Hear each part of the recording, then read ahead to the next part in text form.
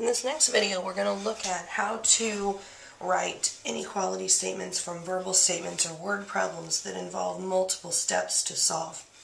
So the first thing that we have here, number one, it says 6 more than 5 times a number is greater than or equal to 31. So again, we're going to look for the 3 parts with the sign being in the middle. And so right here we have the phrase is greater than or equal to. So we know that that's going to be the separation between what comes before the sign, and what comes after the sign. So before the sign it says 6 more than 5 times a number x. Well, more than means we're going to add. This is not a greater than sign they're referring to here, because right here we have is greater than or equal to, meaning that's going to be the sign. So 6 more than 5 times a number, we're going to do 6 plus, and we're going to add it to 5 times a number x. Well, 5 times a number x is 5x. And then we have greater than or equal to 31. And then to solve that, we're going to subtract 6 from both sides. So we have 5x is greater than or equal to 25. Divide both sides by 5. So x is greater than or equal to 5. So this is our initial statement, and this is our solution. Now the next one says twice the sum of 4 and x is less than negative 16. So again, we look for the wording that's going to refer to our sign, and we have it right here, is less than. Before that we have twice. Twice means multiply by 2, or 2 times. The sum of 4 and x. So we want to multiply the sum of 4 and x by 2, which means we're going to have some parentheses here. So 4 plus x goes in parentheses, and that is going to be multiplied by 2. Is less than our negative 16. Now, to solve this, this is one of those ones where we could solve it one of 2 ways. We could distribute, or the quicker way is actually to divide both sides by 2, as we saw in an earlier video. And so we're going to cancel the 2's there. We're left with 4 plus x is less than negative 8. Notice I was dividing by a positive, not by a negative. So we did not have to flip the sign. What we were dividing into was negative, not what we divided by. So the sign did not flip on this one. Now we need to subtract 4 from both sides. And so we have x is less than negative 12 as our solution. So this would be our original statement. X is less than negative 12 is our solution. Let's look at a couple of word problems. First one here, we have a weaver who spent $420 on supplies to make wall hangings and plans to sell them for $80 each. The first thing we want to do is write an inequality that gives the possible numbers, w's, they're telling us the variable to use, of wall hangings the weaver needs to sell in order for the profit to be positive. Well, if the profit just needs to be positive, then that means we just need the profit to be larger than 0. So the last part of our statement is going to be something is greater than 0. Well, over here is going to be how we put together how that profit is figured. And we know 2 things. We know he's selling wall hangings for $80 each, and we know that he spent $420 to buy the supplies to make these wall hangings.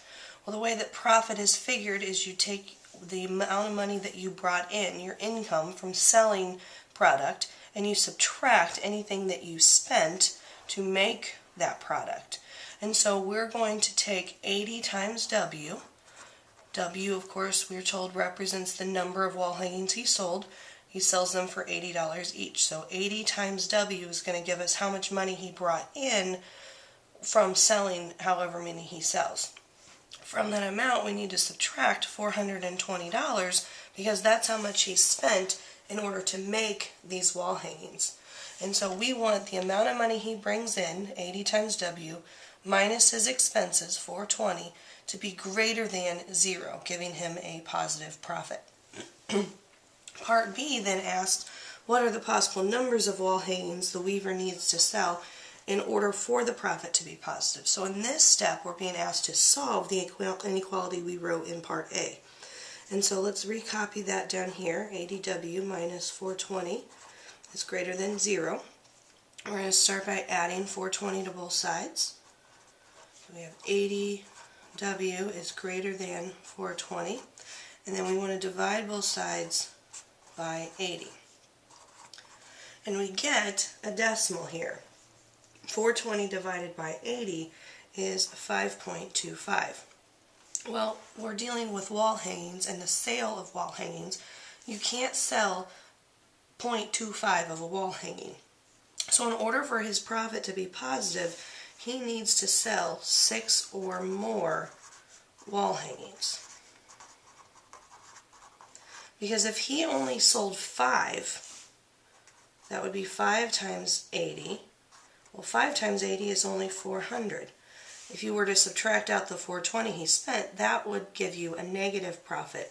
So we need to go up to 6 because 6 wall hangings sold, 6 times 80 is 480. That would be the first number that he could sell that would bring in a positive profit. Okay, the last one we're going to look at here says your club is in charge of making pins that students can buy to show their school spirit for the upcoming basketball game. You have made 225 pins so far and only have 2 hours left to make the rest of the pins. You need to make at least 400 pins. So the first thing we're asked to do is write an inequality that gives the possible numbers of pins you have to make per minute in order to exceed your goal. Well, let's see. What do we know so far? We already have 225. We have 2 hours. We need at least 400. Well, this phrase right here, at least 400, means that 400 is our goal, and we want the amount that we have to be greater than or equal to 400. Because we want at least 400, meaning 400 is the smallest amount we can have, or we could have more than that. The other important thing to point out here is that it says we want to know, we're trying to find how many pins we have to make per minute, not per hour. Well, up here we were told we have 2 hours left, so we need to convert 2 hours to minutes, and 2 hours, of course, is 120 minutes. There's 60 minutes in 1 hour, so 120 minutes in 2 hours. So over here, when we figure out how many pins we're making, we need to take the 225 that we've already made and add to that the number of pins, and they told us to use P for that we can make per minute.